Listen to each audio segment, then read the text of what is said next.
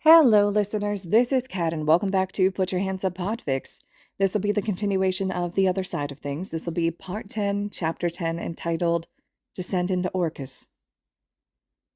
Shigaraki grumbled as Izuku overtook him in Mario Kart, his controller only remaining intact by virtue of his artist gloves.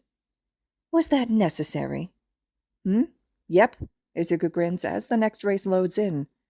Gotta give you something to work towards while I'm hanging with the heroes and all. I still think you don't have to do it, Shigaraki mumbles as he sends off a blue shell, sending Izuku straight off the side of Rainbow Road.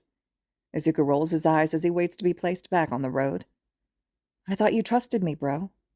I do, dumbass, Shigaraki deadpans, cursing as he drives straight into a banana peel. It's the heroes I don't trust. Just stick to our plan. Steer clear of Bird Mask Fucker and reconvene when the dust has settled after the show. Red eyes meet green as the race ends, and he puts the controller down on the coffee table. Be careful. Aren't I always? Shoto wakes up in a dusty room, barely a quarter of their classroom and filled with broken furniture. He's bound to one of the two intact chairs, the weird shackles around his wrists not tight but somehow stifling his quirk to the strength it had when he was a toddler, much harder to call forth. Some bootleg suppressant cuffs off the black market, most likely. Ah, the princess awakens. A gravelly voice speaks up from in front of him, the grinning visage of the firequirk villain more grotesque in the low light. What do you want from me?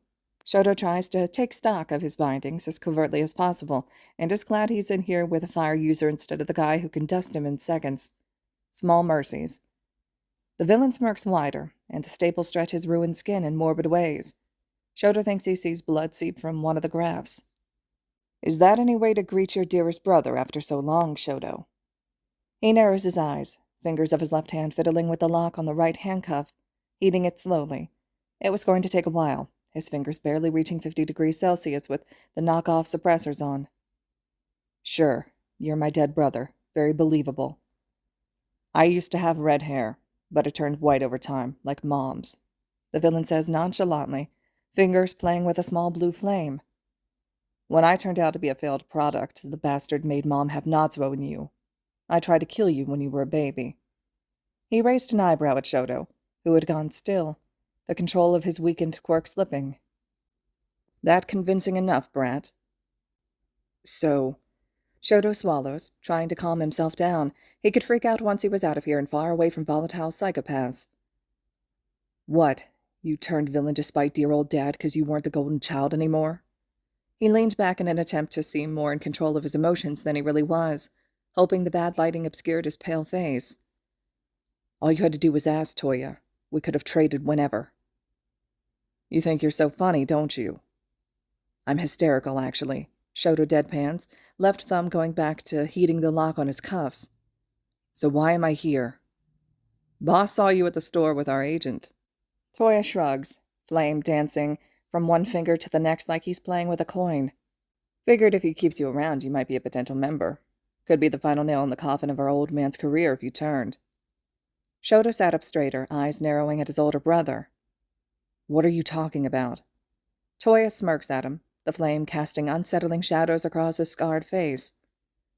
Boss gave Midoriya all the dirt I had compiled on the old man, and it's currently making the rounds amongst the journalists.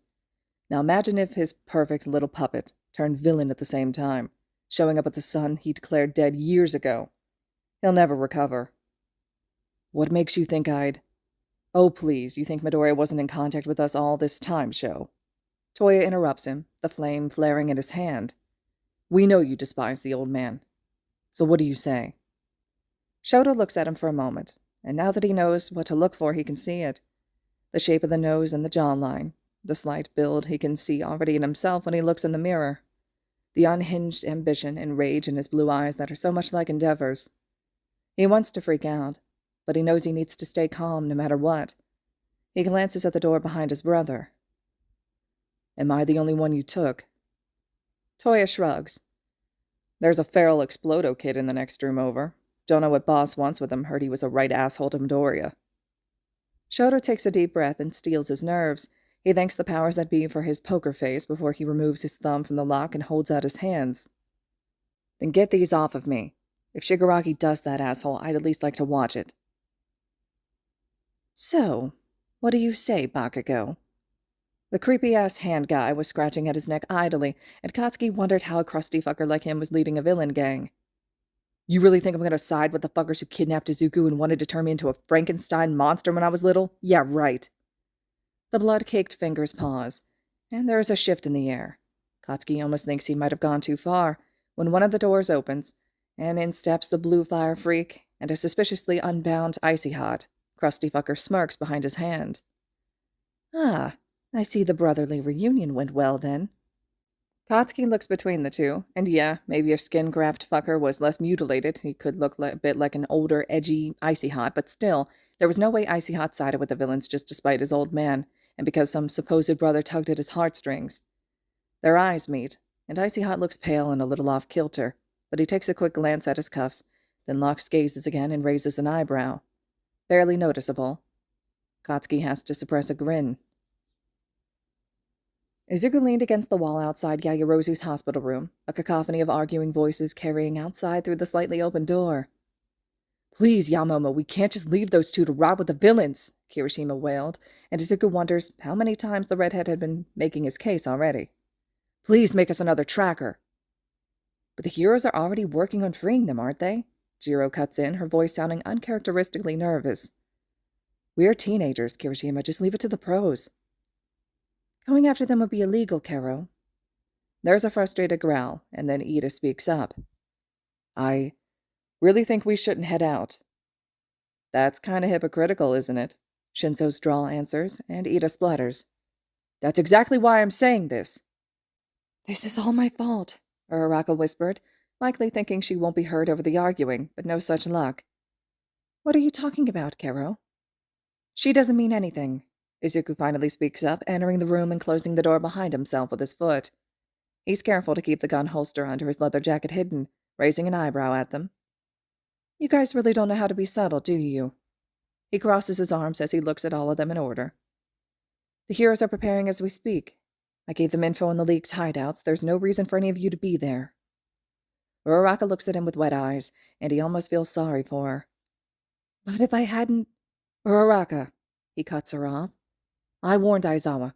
There were extra precautions. Nothing would have changed without you, trust me. Kirishima looks between them. What are you talking about? None of your business, Izuku waves him off. I mean it. Don't interfere. You'll make things worse for the heroes and your classmates. You're just saying that because you hate Bakugo's guts. Izuku raises an eyebrow at Kirishima. Yeah, and I don't hate Todoroki, so what's your point exactly? What do you think you'll be able to do that the heroes can't, huh? He turns back around to the door. Just stay put, like good little hero brats. You can run into danger and die once you have your licenses. Izuku doesn't expect them to heed his advice. He has no delusions that the type of teenagers to enroll in the most competitive hero school in the country are also the type of teenagers to ignore common sense and orders and rush into danger like headless chickens. He is slightly surprised by the group that decided to be dumbasses, however. Kirishima was a given, really. Uraraka he could understand feeling guilty about her role in this mess. Ida and Yaoyorozu, however, not so much. Okay, to be completely fair, Ida had attempted to shank Stain, but come on. And fine, Ida was chaperoning them, but please, he would shank a bitch if given the chance, and no one could convince him otherwise. He watches them walk off the hospital grounds and clears his throat, smirking slightly at their surprised screams. And where do you think you're going? Kirishima glares at him uncharacteristically, and Izuku is almost inclined to be impressed. You can't stop us. Can't I? He tilts his head, one eyebrow raised. The light of the street lamp casts a scar over his eye in sharp relief. Do you remember our first lesson together? The 4 students are silent, and it's all the answer he needs. With a bone-weary sigh, he pushes off the hospital wall, hands buried in the pockets of his leather jacket. The metal of the gun is cold at his back, loaded with a single bullet. I'll come with, and make sure you idiots don't get yourselves killed. The kids relax at his words, and Izuku tries not to feel guilty about lying to them. In another life, perhaps, he could have been their friend, rather than use them for his own gains. No use dwelling on what-ifs. Principal Nezu, is it possible that Todoroki Shoto was working with the League of Villains to give support to newfound allegations of child and spousal abuse against Endeavor? We heard UA has been housing a member of the League of Villains, who was instrumental in human experimentations. Is that true, Eraserhead? There have been rumors that a minor has been used by you as an undercover agent. Any comments on that, Detective Tsukauchi? Kami no pizza. Shoto wasn't entirely sure if the League of Villains really were stupid enough to order pizza in the middle of a high-profile hostage situation, or if this was their weird way to password-check members. Okay, which of you dumbasses? Shigaraki didn't get to finish as the wall caved in and Edgeshot opened the door. Neither, then. He ducks the debris and rushes at Bakugo, left hand flash heating the suppressant cuffs and ripping them off, right hand freezing the chains binding his classmate to the chair. Bakugo flexes his arms with a savage grin, the links bursting apart as he jumps to his feet. Was wondering what took you so long, Icy Hot. Shoto rolls his eyes, now back to back with him. I wasn't going to risk Shigaraki dusting me, you know. Yeah, whatever. There is pandemonium then, and for a moment it looks like the heroes were making quick work of the villains that almost impressed Shoto. But then he feels something like bile climb up his throat, and it has nothing to do with his father's voice echoing up from the street. His stomach swoops and the room tilts, and then he isn't standing in a caved-in bar, but in the middle of blood-covered rubble. Izuku watches Kirishima, Ida, and Uraraka fly across the battlefield and Katsuki propel himself towards them with 2 large explosions. His eyes meet Todoroki's, where he is trying to fend off Dabi's blue flames, and the other teen seems to understand quite quickly. He throws up a giant ice wall, not quite as impressive as the one from the festival, using the distraction to quickly slide over an ice path, where he stumbles into Yaoyorozu, shivering slightly.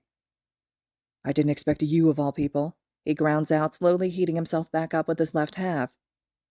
Izuku shrugs in an attempt to feign nonchalance, eyes trained on the happenings beyond their caved-in wall. Someone had to chaperone these idiots. My. A raspy voice sounds, and the cold that washes over Izuku has nothing to do with his quirk or Todoroki's ice. He coughs up bile, and the world tilts before a hard grasp on his throat grounds him again, now several feet in the air. I didn't expect this, I admit. Then you're dumber than I thought you... He's cut off by the hand on his throat tightening, and the edges of his vision blur. He hears All Might stop in his tracks somewhere behind him, and for a moment his gaze locks on Shigaraki somewhere behind All for one. So insolent. And here I thought I had taught you better than this. I guess even that quirk I gave you couldn't fix you, Izuku's eyes widen as black and red tendrils of energy erupt from All for One's hand, searing pain shooting through his nerves as it takes his all, not to black out right in the man's grasp. Oh well. Izuku distantly feels wind soar past him, and his stomach swoop as he sails through the air before his back hits a hastily made ice wall, barely cushioning his impact. Midoriya-san! Yaoyorozu's voice sounds distant amongst the ringing in his ears, and he coughs up blood. There are hands propping him up, one warm, one cold, and the girl is producing a handkerchief from her palm. He coughs again and waves her off, trying to sit up straighter without the help of the still-shivering Todoroki behind him. Izuku's hand comes up to the comm link in his left ear, somehow still in place, and he blinks to focus his gaze on the battle. All Might! He coughs again, but shakes his head as he tries to properly steady himself, his right hand reaching for the gun in its holster. I'm currently at about 9:30 from you. Can you get me free? Another cough shakes him. Get me free line of sight to his back. Is that a gun? Yaoyorozu shrieks, and Izuku hurries to take his hand off the communicator, throwing her a quick glare that is not as effective as he wishes it would be with the way he feels his vision gray. That free enough line of sight for you. Todoroki's voice is low and as monotone as ever, and Izuku has to commend the other teen for keeping a level head. He nods, aiming the gun at the villain's back. Amongst the noise of the superpowered battle, the shot is only heard by the 3 of them. All right, listeners, this concludes Chapter 10 of The Other Side of Things. The last and final chapter, Chapter 11, will be up next. I hope you all are still enjoying this fic. I'm eager to hear your thoughts and reactions to this chapter as well. And as always, thank you so much for listening.